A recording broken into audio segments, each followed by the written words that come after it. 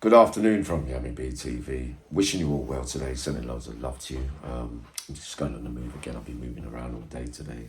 Long may it continue, but I felt the need to bring this sad, tragic court case to Yami BTV and put it firmly in front of you all now. An all too familiar tale, I'm afraid, and we comment on a lot of cases on Yami BTV, but I don't think I've ever come with one where I believe the crimes could have been prevented.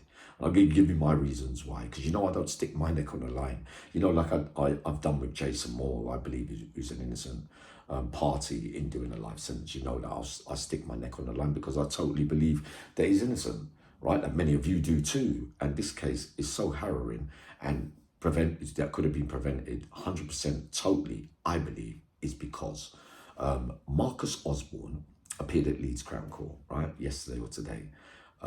Marcus Osborne, 35 years old, is a personal trainer, right?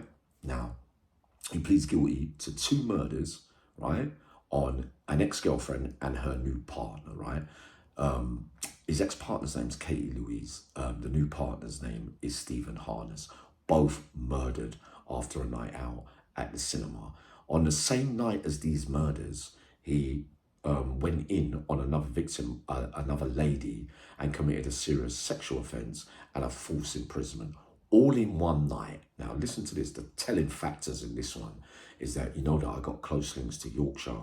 Sadly, inside information. I haven't checked other social media and news things yet to see what they're reporting on this case, but I bring it for maximum exposure on my platform. Now, the history between KATY and Marcus Osborne went something like this. She met him in a gym where he worked in 2018. Throughout the relationship, he'd beaten her, broken her hands, extreme domestic violence on her, right? To the extent where she had had enough. When he first met her, he was already taking her phone and stopping her talking to male friends and male members of families and things like that. The red flags was there. She's a mental health nurse, KATY, with 4 young children. Let's get that right as well. So we already know, we're not going to go into it, but we know that their lives are going to be messed up forever and ever now as well. So there's 4 more victims to go with the 3 that we've just mentioned there, right? So let's get that bit right. So he's beating her, threatening her. He was even on record. What makes this case telling more than anything else, it was already at the police watchdog stage, where over a period of time they were monitoring, especially the latter stages with KATY and her new boyfriend, Stephen Harness, as well as monitoring Osborne as well. Now, he'd been on record with the police telling them already that if he can't, he'd already said to her, I'm going to kill myself and I'm going to kill you if I can't have you. That's a definite red flag as well. To make matters worse is that before the murders, a few days before the murders, he gets arrested because he's threatening to kill her, right?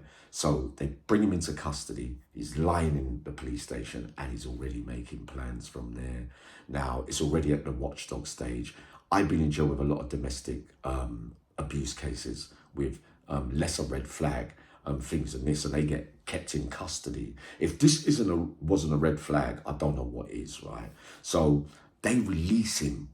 He's executing his plan lying there. For a man who talks the way he does, with that kind of history, right? With those emotions, she's gonna, that's another so-called dagger in his heart that she's told the police again now, or supposedly in his warped state of mind, he's lying there thinking, feeling hard done by, look what she's done to me now. This time, when I get released, very, very easy to read with all the ingredients that goes with this case. You let him go. He murders KATY and her new boyfriend, Stephen, after they'd been out on a nice cinema night out. She hasn't had too many good nights over the last probably 3, 4, 5 years or whatever, if you get what I mean. And then he goes and commits a sexual offence not so far from there on another lady separate to these 2 victims, and also keeping it with a false imprisonment. Now, but shows what coward he is anyway, because the suggestion that I'm going to kill myself and all that, well, you definitely never did that. It just shows you about the levels to this thing.